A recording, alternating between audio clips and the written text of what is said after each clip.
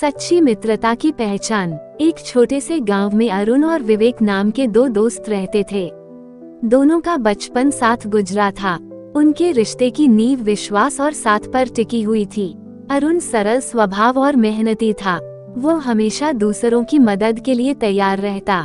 दूसरी ओर विवेक थोड़ा स्वार्थी और चालाक था, लेकिन अरुण उसे सच्चा दोस्त मानता था और उसकी हर गलती को माफ कर देता था। गांव के पास एक पहाड़ के नीचे घना जंगल था, जिसके बारे में कई कहानियां मशहूर थीं।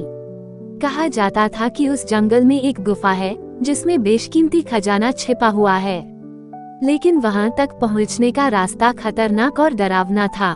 कई लोग उस खजाने को पाने की कोशिश में गए, लेकिन वापस नहीं लौटे। एक दिन अरुण और विवेक ने तय किया कि वे दोनों उस गुफा तक जाएंगे और खजाना ढूंढकर गांव में अमीर बनकर लौटेंगे। ये योजना रोमांचक थी, लेकिन साथ ही खतरनाक भी। अरुण को यकीन था कि विवेक उसके साथ हर कदम पर खड़ा रहेगा। दोनों ने कुछ जरूरी सामान लिया, रोटी, पानी, एक छोटी सी रस्सी और एक मशाल। वे सुबह जल्दी निकल पड़े। शुरुआत में रास्ता आसान था। दोनों हंसते खिलखिलाते जंगल में आगे बढ़ रहे थे। जंगल धीरे धीरे घना और डरावना होता गया। रास्ते में उन्हें बड़े बड़े पत्थरों को पार करना पड़ा। कई जगह दलदली मिट्टी थी, जिसमें पैर धंसने का खतरा था। अरुण हर बार विवेक को मदद करता, लेकिन विवेक अरुण की मदद करने के बजाय जल्दी जल्दी आगे बढ़ने की कोशिश करता। दोपहर होते होते उनका खाना खत्म हो गया। दोनों भूखे और थके हुए थे। अचानक एक जगह से डरावनी आवाजें सुनाई देने लगीं। अरुण ने विवेक से कहा, शायद यहाँ कोई जानवर है, हमें सतर्क रहना चाहिए। तभी एक विशाल भालू उनके सामने आ गया। उसे देखकर विवेक घबरा गया। उसने अरुण को चिल्लाकर कहा, मुझे माफ करना, मैं अपनी जान बचाने के लिए पेड़ पर चढ़ रहा हूँ। तुम भी जो कर सकते हो करो। ये कहकर विवेक पास के एक पेड़ पर चढ़ गया। अरुण वहीं खड़ा रह गया। भालू अब अरुण की ओर बढ़ रहा था। अरुण ने घबराने के बजाय अपनी सूझबूझ का इस्तेमाल किया।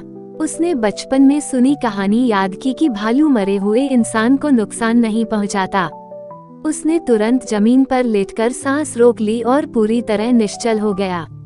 भालू उसके पास आया, उसे सूंघा और उसे मरा हुआ समझकर वहां से चला गया।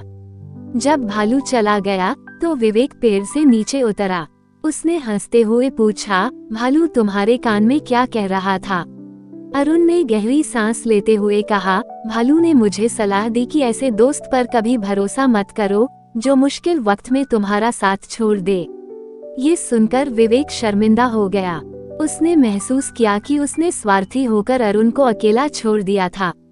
उसने अरुण से माफी मांगी और वादा किया कि वह आगे से सच्चा और भरोसेमंद दोस्त बनेगा।